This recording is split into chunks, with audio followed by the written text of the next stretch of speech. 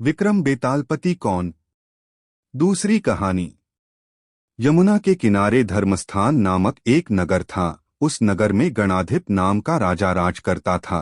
उसी में केशव नाम का एक ब्राह्मण भी रहता था। ब्राह्मण यमुना के तट पर जप तप किया करता था। उसकी एक पुत्री थी जिसका नाम मालती था। वह बड़ी रूपवती थी।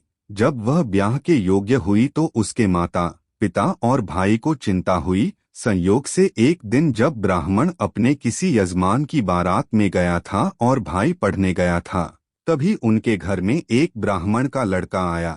लड़की की माँ ने उसके रूप और गुणों को देखकर उससे कहा कि मैं तुमसे अपनी लड़की का ब्याह करूंगी।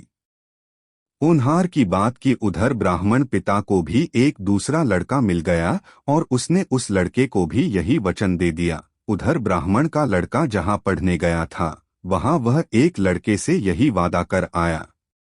कुछ समय बाद बाप बेटे घर में इकट्ठे हुए तो देखते क्या है कि वहां एक तीसरा लड़का और मौजूद है। दो उनके साथ आए थे। अब क्या हो? ब्राह्मण, उसका लड़का और ब्राह्मणी बड़े सोच में पड़े। दैवयोग से हुआ क्या कि लड़की को सांप ने काट लिया और वह मर गई। उसके बाप, भाई और तीनों लड़कों ने बड़ी भागदौड़ की। झर झाड़ने वालों को बुलाया पर कोई नतीजा न निकला। सब अपनी अपनी करके चले गए। दुखी होकर वे उस लड़की को श्मशान में ले गए और क्रियाकर्म कर आए। तीनों लड़कों में से एक ने तो उसकी हड्डियां चुन लीं और फकीर बनकर जंगल में चला गया। दूसरे ने राख की गठरी बांधी और वहीं झोपड़ी डालकर रहने लगा। तीसरा योगी होकर देश देश घूमने लगा।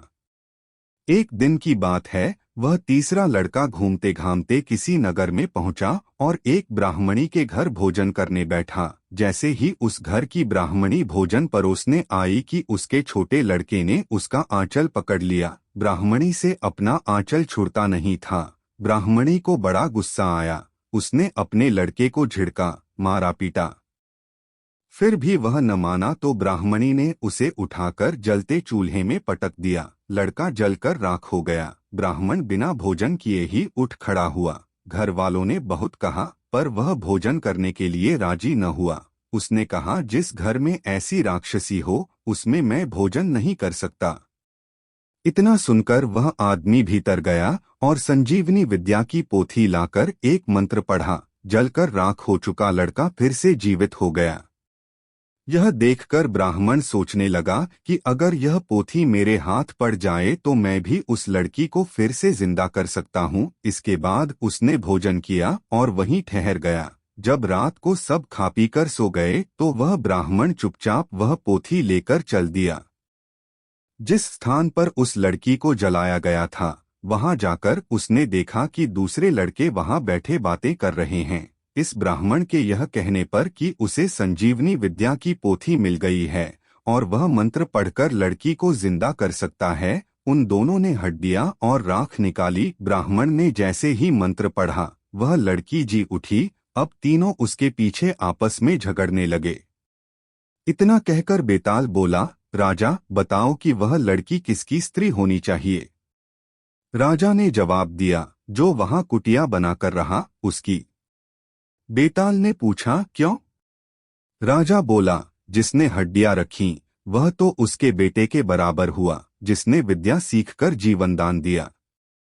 वह बाप के बराबर हुआ, जो राख लेकर रमा रहा वही उसकी हकदार है। राजा का यह जवाब सुनकर बेताल फिर पेड़ पर जा लटका। राजा को फिर लौटना पड़ा और जब वह उसे लेकर चला तो बेताल ने तीसरी कहानी सुनाई। आगे की कहानी दूसरी वीडियो में देखेंगे।